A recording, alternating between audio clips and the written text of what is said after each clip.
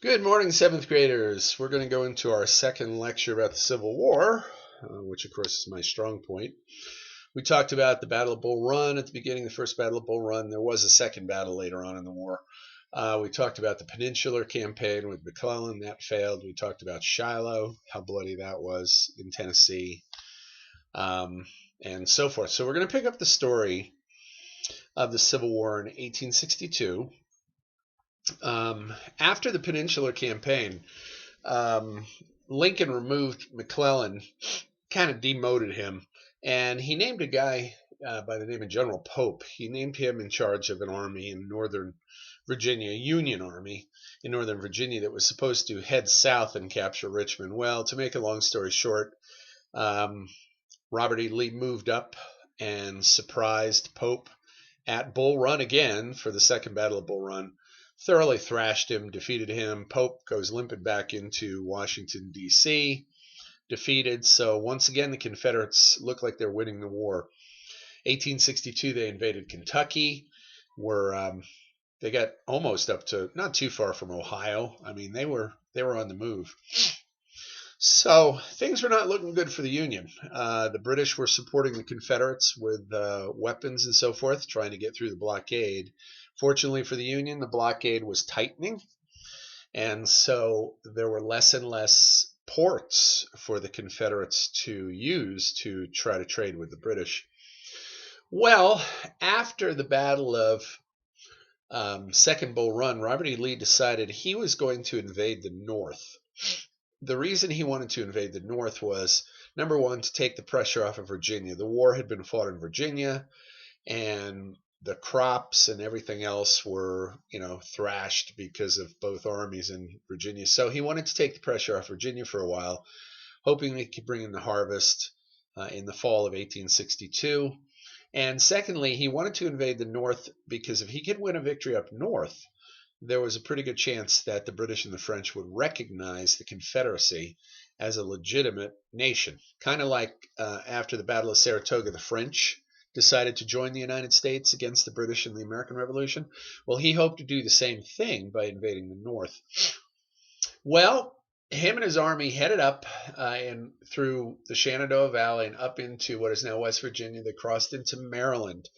And they had a big army. They had to split into a whole bunch of different roads. Well, along one of the roads, one of the Confederate officers got off of his horse to smoke a cigar and rest for a while. And he had his cigars wrapped in Robert E. Lee's orders, his marching orders for the entire army. Well, when the Confederate officer and his men got back on their horses and rode off, they had forgotten the wrapper. So the secret orders for Robert E. Lee's entire army of Northern Virginia was laying there under a tree. Well, shortly thereafter, a Union patrol of cavalry came up. They found the orders, took the orders back to McClellan, who was now back in command of the Army of the Potomac.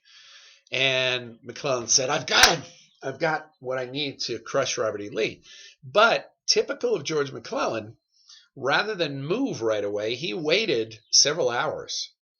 And Robert E. Lee, the Confederate commander, found out that somebody had lost his orders and that the Union had them. So what he did was he ordered all of his men, all of his different parts of the army to come back together at a crossroads called Sharpsburg, Maryland. Behind him, he was on some low hills, but behind him was the Potomac River, and in front of him was Antietam Creek. And sure enough, the following day, the Union Army shows up. It outnumbers him almost 2 to 3 to 1. And he's on the verge of getting crushed. If McClellan had sent the entire Union Army into the attack, he would have won the Battle of Antietam and crushed Robert E. Lee and probably ended the war. But typical of McClellan, he was very cautious, so he only attacked piecemeal. In other words, a little bit at a time. And so the Battle of Antietam went rolling along from north to south all day long in September of 1862.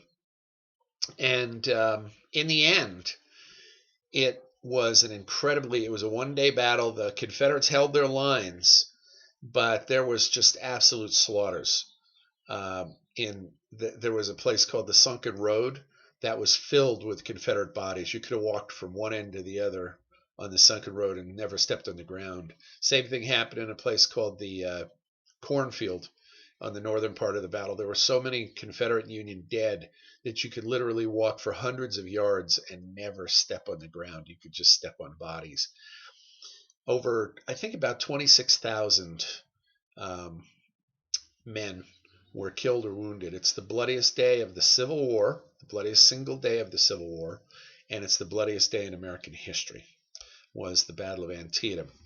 Now, one of the things that Lincoln did do was he wanted to free the slaves, as many slaves as he could, to try to change the war effort from being a war to save the Union to a war to free the slaves. So he met with his cabinet, discussed it with them, and they said, well, Mr. President, that's a great idea, except for one thing. We got to win a victory. We need to win a battle before we can announce it. Otherwise, it'll sound like we're being desperate. So the Battle of Antietam was technically a Union victory. Even though Lee's army was not destroyed, it was crippled, and it had to limp back to Virginia. It ended the first attempt of the South to invade the North. So Antietam was important because it stopped Robert E. Lee's invasion in the North. But more importantly, after the Battle of Antietam, Abraham Lincoln was able to announce the Emancipation Proclamation, one of the most important documents in American history. Now, a lot of people think that the Emancipation Proclamation freed all of the slaves. It did not free all of the slaves. It only freed the slaves in territory held by the Confederates. So the border states that had slavery that were still in the Union, Missouri, Kentucky, parts of West Virginia, Maryland, and Delaware, it did not free those slaves. The reason Lincoln didn't free those slaves was he was afraid that if he freed all the slaves, the border states would join the Confederacy. So it was a stroke of genius. So from this point on, whenever the Union Army conquered territory in the Confederacy, all of the slaves in that territory were automatically free. Up until this point in time, the Union Army pretty well left the slaves alone down in the Confederacy once they conquered a territory. But from this point on, those slaves were considered free.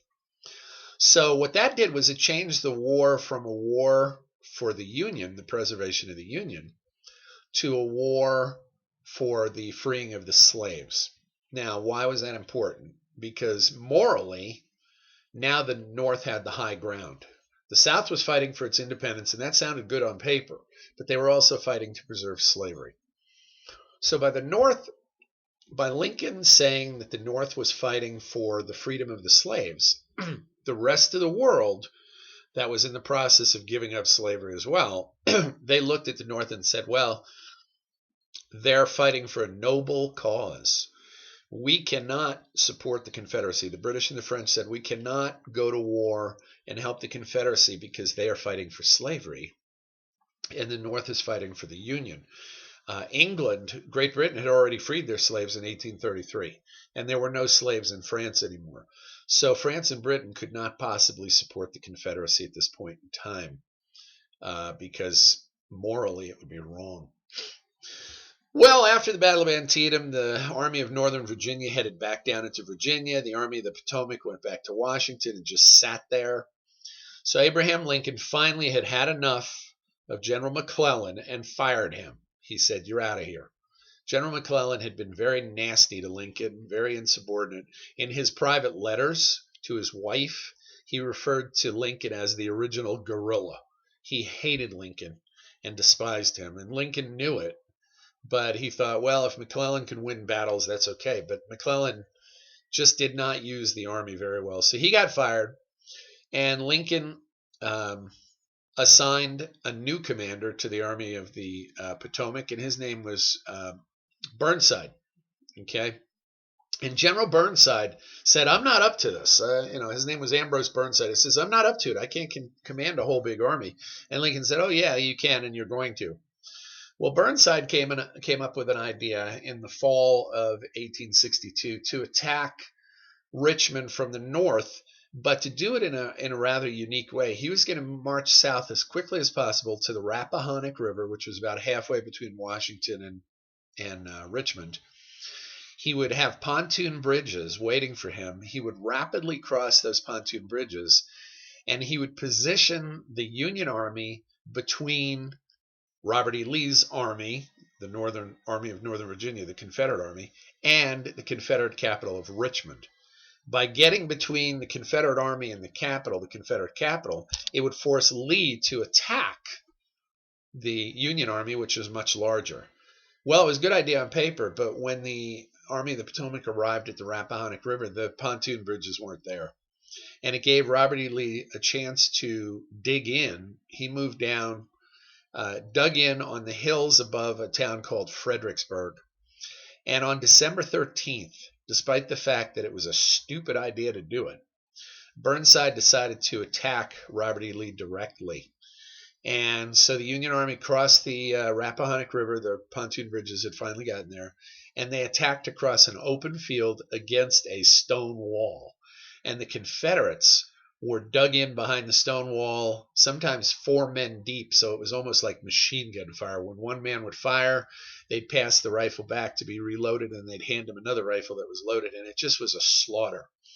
It was the worst defeat of the Union Army of the entire war.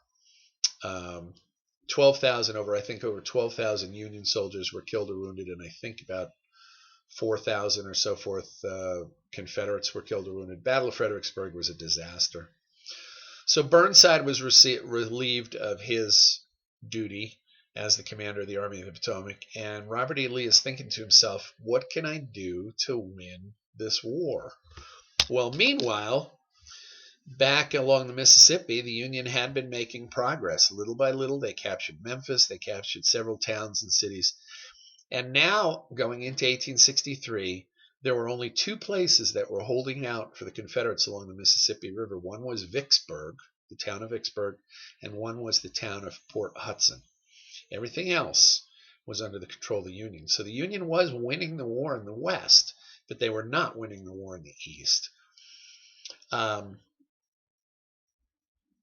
Going into 1863, the Union had to win some victories. Yes, the Emancipation Proclamation was good. It stopped the British and the French from supporting the Confederates to a certain extent. And the blockade was closing Confederate ports.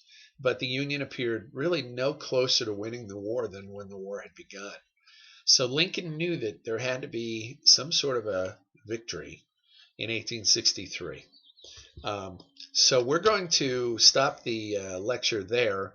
There's going to be a couple of very important battles that are going to take place in 1863 in the East. One of them is called Chancellorsville in Virginia. That was a great battle. And then, of course, the most famous battle of the Civil War, Gettysburg, is going to take place. So that'll be our next lecture. We'll talk about that and probably go to the end of the war then after that. Okay? Well, thanks for listening, guys, and good luck, and hopefully this helped.